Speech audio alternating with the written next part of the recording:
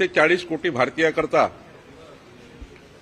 अत्यंत आनंदाचा दिवस आहे की आज माननीय पंतप्रधान नरेंद्र मोदीजींनी जीएसटीमध्ये जी कर सवलत दिली ती सर्वसामान्य जनतेच्या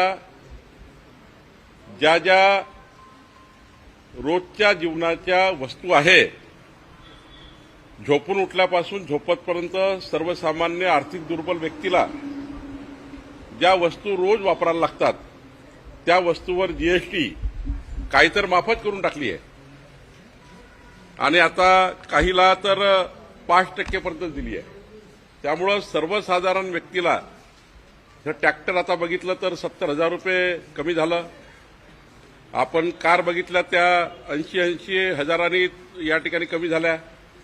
म्हणजे एक मोठा रिलीफ जे माननीय प्रधानमंत्री मोदीजींनी निवडणुकीमध्ये जो संकल्पनामा दिला होता, आमचं सरकार हे गरीब कल्याणाकरता आहे, आमचं सरकार हे मध्यमवर्गीयाच्या कल्याणाकरता आहे। आजच्या या जीएसटीच्या नवीन रिफॉर्म्समुळे संपूर्ण देशामध्ये नवपरिवर्तनाची एक लाट आली आहे आणि सर्वात महत्त्वाचं काय, स्वदेशीचा वापर। आज भारतीयांनी स्वदेशीचा जर वापर केला आणि त्यावरचा जीएसटीचा जो रेट शून्य करण्यात आला अनेक ठिकाणी अनेक वस्तूवर, तर स्वदेशी वापर वाढेल। भारतीय बनावटीच्या कंपनी जे उत्पादन तयार करतात त्यांना मोठी मदत मिळेल आणि आपल्या भारतातला पैसा भारतामध्ये राहील। विदेशी वस्तू खरेदी करून विदेशात पैसे पाठवण्यापेक्षा भारतातला पैसा भारतात राहिला पाहिजे आणि तो पैसा इथल्याच अर्थव्यवस्थेला चालना दिली पाहिजे।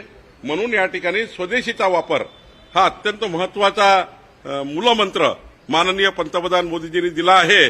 त्यामुळं मला असं वाटतं या भारतवर्षामध्ये विकसित भारताचा 2047चा जो संकल्प मोदीजींनी केला त्या संकल्पाला जोडून कालचा जीएसटीचा निर्णय झाला आहे। कोराडी मंदिरात यावेळेस चांगल्या सुविधा करण्यात आल्या, प्रचंड मोठी गर्दी आहे आज स्वयंभू दर्शनासाठी। आज आई महालक्ष्मी जगदंबेचा नवरात्र सुरू झाला आहे आणि या नवरात्राच्या माध्यमातून आई महालक्ष्मी जगदंबा जो आशीर्वाद आपल्या भक्तांना देणार आहे, हा आशीर्वाद महाराष्ट्राच्या 14 कोटी जनतेच्या पुढच्या जीवनाकरता सर्वांचं जीवन मंगलमय राहो, कुणाच्याही घरात अमंगल घटना घडू देऊ नको आणि शेतकरी राजा, शेतकरी बळीराजा, शेतमजूर ज्यांच्यावर ही आपत्ती आली आहे अतिवृष्टीची, या अतिवृष्टीच्या भयंकर आपत्तीतून